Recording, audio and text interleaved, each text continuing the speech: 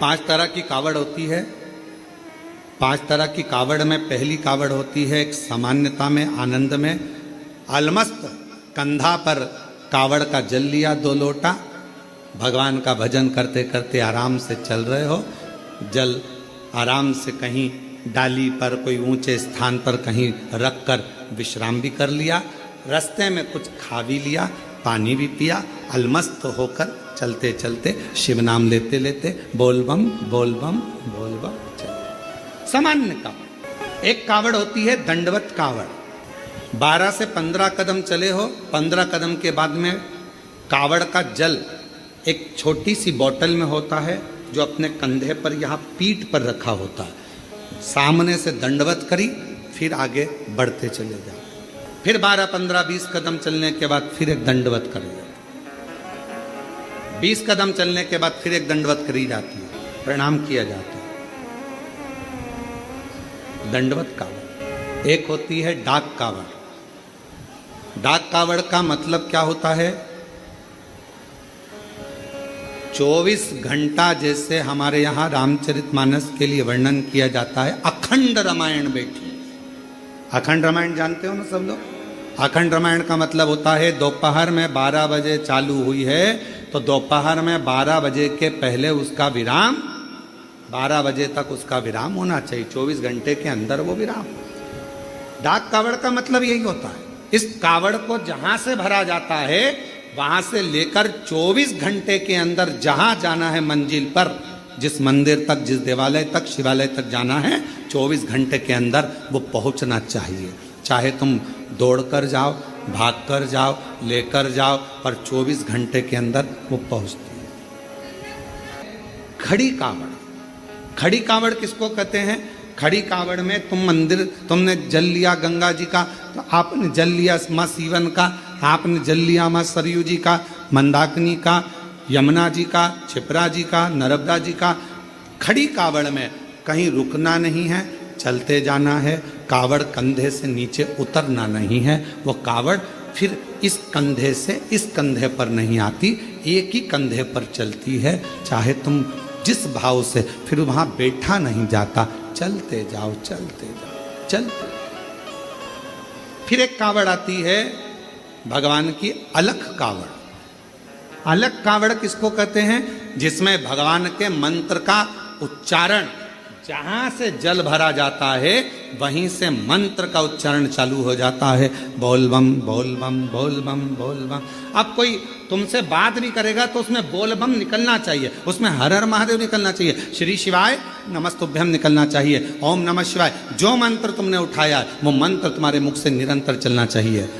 तो कई माताएं उसको बोलती हैं, आगे बोलो बोल बम, पीछे वाले बोल बम, खाने वाले, पीने वाले, चलने वाले, आने वाले, सोने वाले, आते बोले, जाते बोले।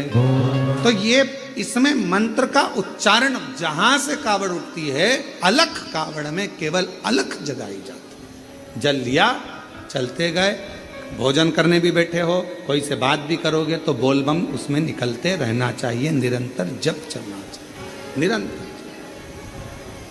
अब रेवा सुतार की कथा कहती है।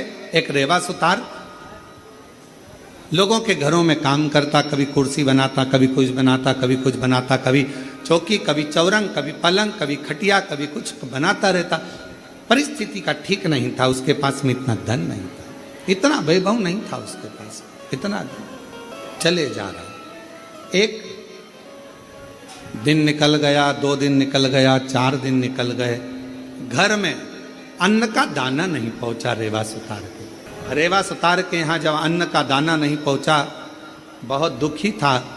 जैसे ही रेवा सुतार घर में पहुंचा, पहुंचते से ही धर्म पत्नी बाहर निकल कर आई, पूछा, स्वामी आपके पास में कोई भोजन की व्यवस्था हुई क्या? पति रेवा सुतार ने कहा कि मैंने बहुत प्रयास करा पर मुझे काम नहीं मिला। पत्नी कहती है 3 दिन निकल गए, आज चौथा दिन है, चौथे दिन में भी बच्चों को कुछ मिला नहीं, कुछ नहीं। आज चतुर्थ दिवस है, चौथा दिन है, और बच्चों को भोजन में कुछ मिला नहीं है। रेवा सुतार की आंख से जल बह रहा था, आंखों से जल। शिक्षा, भोजन, वस्त्र, चिकित्सा देना पिता का कार्य है। क्या क्या चीज, जम के बोलो जरा। शिक्षा, चिकित्सा, भोजन, वस्त्र, बच्चों को देना ये पिता का कार्य है। फिर माँ का काम क्या है? तो कहा माता का कार्य है अपने बच्चे को अच्छा संस्कार देना और परमात्मा की शरणागति करना। माँ का कार्य है बच्चों को संस्कार प्रदान करना। शिक्षा कहीं पर भी मिल सकती है, अच्छी अच्छी एजुकेशन मिल रही हैं, अच्छी अच्छी कोचिंगें मिल रही हैं, अच्छा अच्छा स्कूल है, अच्छा अच्छा ट्यूशन है। शिक्षा कहीं पर भी मिल सकती है, पर संस्कार हर कहीं पर नहीं मिल सकते। संस्कार तो आपको अपने घर में ही प्राप्त होगा। हमारे घर का जो संस्कार होगा वो हमारे सामने झलकेगा। हमारे घर में कैसा रहने का तरीका है, हमारे घर में बोलने का तरीका कैसा है, हमारे घर में कौन अपशब्द कह रहा है, वैसा तरीका घर के बच्चे सीखते हैं। शिक्षा कहीं पर भी मिल सकती है, पर संस्कार तो केवल हमारे घर के अंदर ही प्राप्त हो सकता है, घर के अंदर। अब रेवा सुतार की पत्नी ने कहा कि बच्चे 3 दिन के भूखे हैं, 2 भोजन नहीं मिल पा रहा है, आप कृपा करिए। इतने में तुरंत धर्मपत्नी ने जैसे ही सुना, पत्नी ने कहा, पति की आंख से आंसू बहने लगे, मेरे बच्चे भूखे हैं, मैं वापस जाता हूँ। रेवा सुतार फिर निकल गया, और जैसे ही रेवा सुतार आज जा रहा था, जाते जाते रेवा सुतार पहुँचते पहुँचते कहीं से आवाज़ लग जाए, कहीं से कोई बोल दे, हमारे घर का ये काम है सुतार, तुम कर दोगे, थोड़ा सा हम तुम्हें भाग दे देंगे। कोई की आवाज़ नहीं आई, कोई की आवाज़, कोई नहीं। तब श्रावण का महीना था, शिव भक्त कावड़ लेकर जा रहे थे। कावड़ उठाने वाले भक्त का जो बांबू था, डंडा था, कावड़ के वजन से वो बीच में से कौन ढूंढे, वीराने में कौन मिलेगा। साथ वालों ने कहा कि अपन देख कर आते हैं, कोई तो मिलेगा। वहीं से सुतार आवाज लगाते हुए जा रहा था, किसी के घर में अगर लकड़ी का काम कराना हो तो मैं हूँ, अगर किसी के घर में लकड़ी का काम कराना हो तो मैं हूँ, मैं सुतार, मैं रेवा सुतार, अगर कोई काम हो तो जरूर बोलिए। इतने में उस कावड़ उठाने वाले के कानों में शब्द गया, उसने हाथ जोड़कर कहा सुतार जी से, भैया हमारा डंडा टूट गया है। सुतार जी बोले, मैं लेकर आता हूँ लकड़ी, तो मैं दूसरा डंडा बना देता हूँ। अब रेवा सुतार दौड़ कर गया, लकड़ी काट कर लाया, डंडा निर्माण करा और उस डंडे पर कलश बांध कर उस कावड़िया के हाथ में दे दिया। कावड़िया ने डंडा तो ले लिया, रेवा सुतार ने कहा, भैया मैंने तुम्हारा डंडा तैयार करा, तुमने कुछ मुझे दिया नहीं। इतने में कावड़िया ने कहा, भैया हमारे पास देने के लिए कुछ भी नहीं है, कुछ नहीं। ए भैया हमारे पास कुछ भी नहीं। भैया हम जल लेकर चले थे ना, वहां से हमारे पास में जो भी था सब छूट गया, हमारे पास कुछ नहीं। ए भैया, रेवा सुतार की आंख में से जल बहने लगा। अब भोजन भी नहीं, बच्चों को काम किया तो पैसा भी नहीं। रेवा सुतार ने मन में सोचा, इससे तो अच्छा है कि मैं भी इनके साथ कावड़ भरने चले। घर जाऊंगा, पत्नी कहेगी बच्चे भूखे हैं, भोजन कहाँ से लाऊंगा, क्या करूंगा। पर अपनी पत्नी और बच्चों के पीठ दिखाकर भागना, ये भी अच्छी बात नहीं। रेवा सुतार ने सोचा, एक काम करता हूं, अगली बार कावड़ भरने जाऊंगा, अभी तो मैं अपने घर जाता हूं। चलते चलते रेवा सुतार जब घर की ओर चले, चलते चलते जैसे ही कावड़िए की कावड़ का डंडा कलश भगवान देवाधिदेव महादेव के पास पहुंचा, जल समर्पित किया। समर्पित करते से ही देवाधिदेव महादेव ने सबसे ज्यादा सराहना उस रेवा सुतार की करी। उस रेवा गया, मेरे देवाधिदेव महादेव करुणा करने वाले, 2 लोटा 1 डंडा लेकर उसी कावड़िया का रूप रखकर रेवा सुतार के दरवाजे पर पहुंच गए।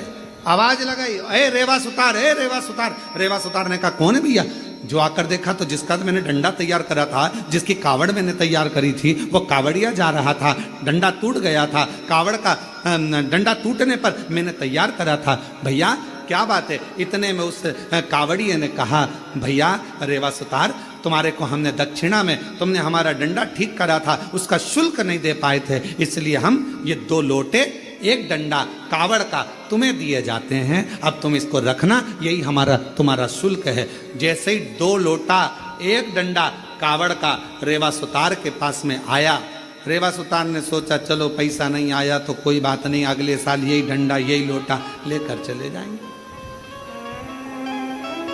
नहीं आया तो कोई बात, रख दिया कावड़ का लोटा और डंडा। पत्नी से कहा मैं जाता हूं, दूसरा दिन था।